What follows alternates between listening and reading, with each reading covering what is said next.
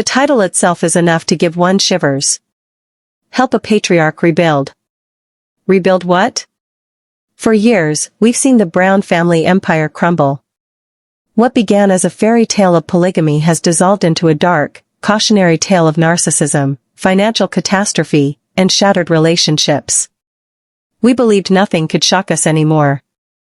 The brawling, the gaslighting, the emotional admissions, the acrimonious breakups. But we were wrong. What happens when the cameras shut off, the TLC checks stop arriving, and the weight of their self-made downfall finally lands? You're about to see.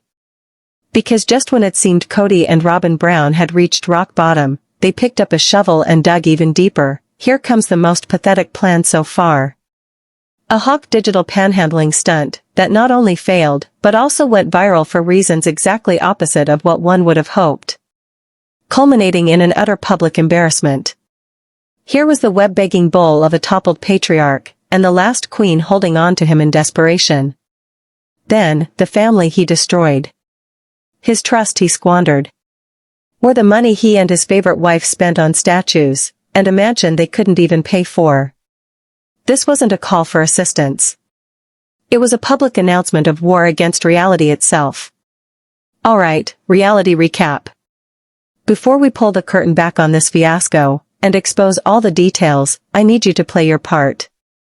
If you are prepared for the raw reality, and are one-of-a-kind insider analysis, click that like button now. It informs YouTube that you want this content. And if you haven't yet, be sure to subscribe and tap that notification bell. You won't want to miss a moment of how this heartbreaking scam was revealed and shut down for good. Let's dive in. To understand the scope of this delusion, we must unpack their GoFundMe page bit by bit. This was not only a ask for money, it was a narcissism manifesto. It was Kody and Robyn's last ghost-run push to manipulate a narrative that has been out of their control for years. Officially, the campaign was listed as being started by a family friend, a tried-and-true grifter tactic to provide a thin veneer of distance. But both our sources and the very language of the plea itself reveal another truth. The goal? A shockingly bold $150,000, not for medical bills, not for a disaster relief effort, for what they boldly called the Patriarchal Rebuilding Fund. The sheer arrogance is breathtaking. Now let's look at the description. I'll read it word for word, because every sentence drips with manipulation to our loyal friends and supporters. It is with a heavy and humble heart that we address you today. As most of you have witnessed through a highly edited and slanted television show, our family has been relentlessly assaulted. Kody Brown, a devoted father and a loving husband, has had his legacy wrecked by a tainted system and the unfaithful behaviors of a few that decided to break covenants. He has been made out to be a bad guy when all he has ever wanted to do is bring his family to the celestial kingdom. Robyn Brown, his loving and devoted wife, has stood with him through unimaginable tribulations. She has been most unjustly vilified, accused of being a homewrecker, when she has never been anything other than a peacemaker. They have ridden out a tide of public vitriol together, attempting to shield their young, tender, aged children from the venomous lies being circulated on the internet. Now, they must endure their biggest test so far.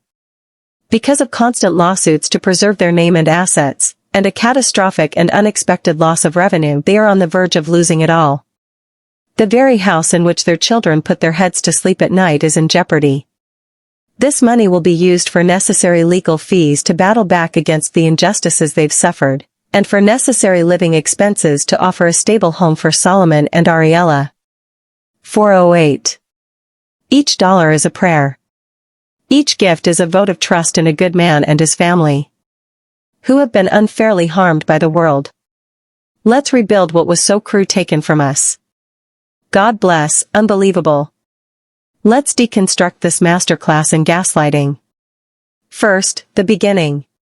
Heavily edited and biased television program. That is straight from the Kody Brown playbook. Chapter 1, Blame the Edit. For close to 2 decades, this show was their primary source of income. They accepted every TLC paycheck, they signed every contract, they lived openly on camera, but now that public opinion has shifted against them, suddenly it is biased. This is narcissists' prayer in textbook form. that did not happen. And if it did, it wasn't that bad. And if it was, it is no big deal. And if it is not my fault. And if it was, I didn't mean to do it. And if I did, you had it coming. Kody and Robyn are mired at step 4. It is not my fault. It is the fault of TLC. Then comes a corrupt system and disloyal actions of a few who abandoned their covenants. Let's translate from Kody speak to English. Corrupt system is the court of public opinion, which has finally called him out, and disloyal actions of a few. He is giving the finger to Christine, Janelle, and Meri. Notice he doesn't refer to them as wives or even former partners. He stages them as apostates who renounced sacred agreements, redefining their fleeing from his emotional hold as some sort of spiritual infidelity, a feeble attempt to guilt anyone still on the fence. In his account, he isn't a failed husband. He is an apostate victim. Ben Robbins chapter, The Unfairly Maligned Peacemaker. A peacemaker. Anyone familiar with sister wives knows better. We have receipts. We've watched her use tears as weapons, bend situations to her advantage, and cut Kody off from the rest of the family from the very beginning. Calling her a peacemaker is so outrageously false, it borders on parody. She wasn't smoothing over conflicts. She was a colonizer who entered a fragile family ecosystem and destabilized it. She didn't construct bridges. She constructed walls of protection around Kody and declared it their inviolable kingdom. And then the appeal to protect tender, aged children. This is the bottom card in the deck. 640. They invoked Solomon and Ariella as emotional buffers in an appeal for money. It is stock manipulation, here of the children, the same children they've kept parading around on reality television, the same children whose future savings probably went down the financial black hole, created by their parents' incompetence. But the golden nugget. We're not asking for a handout, but a hand up. That is straight up grifterverse. It is panhandling on the internet with a side of self-worth. A handout is something to be given to the undeserving, the slackers. A hand up is something to be offered to a great, temporarily humbled patriarch, who simply requires a little kick, start to reclaim his seat. By now, you may be thinking, are they actually that poor? At first glance, it might sound plausible. The show's prospects are uncertain. The family is broken. And their sole sources of income seem to be cameo shoutouts, and Robyn's constant, about to launch jewelry business, my sister wife's closet. But that is where our investigation comes in. This GoFundMe wasn't initiated by a slow-burning demise. It was set off by a single devastating occurrence, a secret they were intent on keeping under wraps, as reported by people close to the Browns and Flagstaff a couple of months ago. With TLC funds running dry and Kody's ego requiring a reboot, he spent impulsively. Seeing Janelle thrive in her RV, becoming independent and gaining popularity, pushed him over the edge. He couldn't allow her to win the off-grid story in his head, so with Robyn's complete approval, he wanted to outdo her instead of buying a modest fifth wheel. Sources allege Kody put down a massive payment on a top-tier 45-foot luxury motor coach. We're talking a Newmar King Air, the kind of land yacht that rivals the price of a home. Whispers place the cost somewhere between $750,000 and $1 million. They allegedly funded the rest, believing they could start a glamorous YouTube travel show or even land a spin-off about their adventurous lifestyle. The venture was even tagged Patriarch on the move. A makeover attempt to reclaim his reputation as a fearless leader. But the loan was dependent on estimated TLC revenue. When news hit that the network was cutting episode orders and pay for any potential future seasons, the loan company purportedly called in their note. Now they were stuck with a car they couldn't handle and had forfeited a whopping down payment. This, insiders maintain, was the disastrous financial blow they were desperately trying to recoup, a self-inflicted injury created by jealousy and hubris. And it didn't end there. This mistake fell on another financial time bomb. The balloon payment on the Shira Chateau, Robyn's Coyote Pass estate. Public records indicate their mortgage had an adjustable rate of 5 years. With interest rates through the roof, their monthly payment was about to jump into impossibility. Foreclosure was threatened, so the GoFundMe wasn't really about paying groceries. It was a last-ditch Hail Mary to pay for a reckless expense item of luxury and head off the bank taking Robyn's castle. The legal fees cited, probably due to threats of suing the RV dealer or lender, another attempt to try to escape responsibility for their own bad decisions. This puts a different spin on things. The campaign was not a desperate cry, it was a calculated manipulation. They were not victims of prejudice or a rigged system. They were victims of greed, vanity, and economic fantasy. They wanted dedicated fans, many who are fighting to pay rent and buy groceries, to finance a luxury motor coach and $1 million estate. And when this GoFundMe came online, brought quietly to a few pro-Kody and Robyn Facebook groups, they likely believed it might well work. They probably envisioned a tsunami of donations flooding in from committed fans, still holding on to their victimhood story, sitting back, waiting for the money to come. They had no idea an online storm was going to break, because they'd missed one deadly truth. The internet never forgets. The first sign of warning wasn't the absence of donations. It was the remarks that started surfacing. To start, they were just sarcastic one-liners. Rebuild. What? The family you ruined, or, perhaps sell a few of those precious moments dolls. Robyn. Others indicated the inanity of common everyday expenses in a house worth $1 million. Try renting out a room instead. And then it got serious. A fan from the Sister Wives community released a link. A Zillow listing of their Flagstaff estate, with estimated worth and humongous mortgage. That one link opened the floodgates. The internet had been officially engaged, the Sister Wives detective agency, an informal but formidable network of fans who are experts at public records and have long memories, went into action. In mere hours, the GoFundMe comment thread no longer was a space for sympathy. It became a living repository of Kody and Robyn's hypocrisy. One posted an article from long ago in which Kody proudly bragged about being financially secure after their move to Flagstaff. Another shared a Reddit deep dive complete with spreadsheets, detailing how much money the Browns had raked in from TLC. Well into the millions, and then the memes. There were dozens of them. Robyn's tearful face captioned, "My tears won't pay the mortgage." Kody, with his wild hair blowing about, marked, "Need money to power my air guitar aspirations." A picture of the mountain of moving boxes in Robyn's garage, plastered with every box, has a poor financial choice inside. What was meant to be a low-key request for money from a dwindling base of support had gone viral. Gossip bloggers took it up. Mainstream media ran scathing pieces. On Twitter, #FundTheFrauds became a trending hashtag, along with Kody Brown's name. This was not a failed fundraiser, it was an all-out public spectacle. Kody and Robyn, desperate to dictate their narrative, had let loose a beast who was now telling a far more accurate one. The story of their greed, their deceit, and their appalling lack of self-awareness. And what about the rest of the Browns? Officially, nothing. Unofficially, the tone was exquisite. Christine put up a bright Instagram photo of herself and David on holiday with the following message. "So thankful for a life filled with true happiness and financial camaraderie. Hashtags #blessed #hard work pays off #true love." Not a word about the GoFundMe. But everyone knew perfectly well what she was getting at. Janelle, being the practical one, posted an Instagram story from her greenhouse, boasting of her vegetables with the text on top, "Building real, sustainable wealth, one tomato at a time." Number self-sufficient, number off-grid goals, number smart choices. Another stark difference from Kody and Robyn's online begging.